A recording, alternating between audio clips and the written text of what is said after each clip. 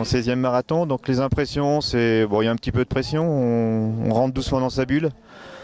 On commence à se préparer à l'effort. Bon, on sait que les premiers kilomètres, ça va être une mise en route assez facile. Mais le but, c'est vraiment de rentrer dans la course dès l'échauffement là, qui va commencer dans 5 minutes. Commencer vraiment à bien se concentrer pour être prêt au moment où ça va être dur, être prêt à accepter l'effort, la douleur à ce moment-là. Dessus, dès le premier kilomètre, parce que c'est dur le marathon de se retrouver tout seul.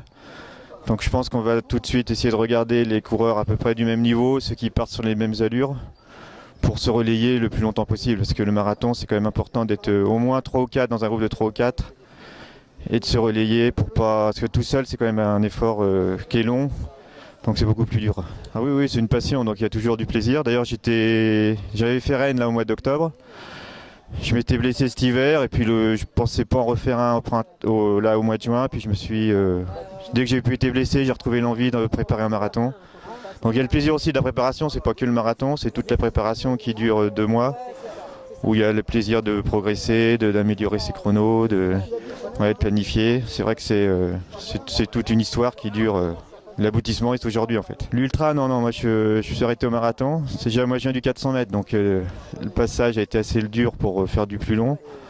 Donc pour l'instant, non, je m'arrête sur le marathon où je trouve suffisamment de satisfaction pour courir dessus. Puis je suis encore sur quand même 10 km semi. Donc sur 400 mètres, c'était 51 secondes. C'était en junior, j'ai fait mon record en junior. C'est sur marathon, c'est il y a 1 an et demi, 2h22:30 à Nice, au championnat de France.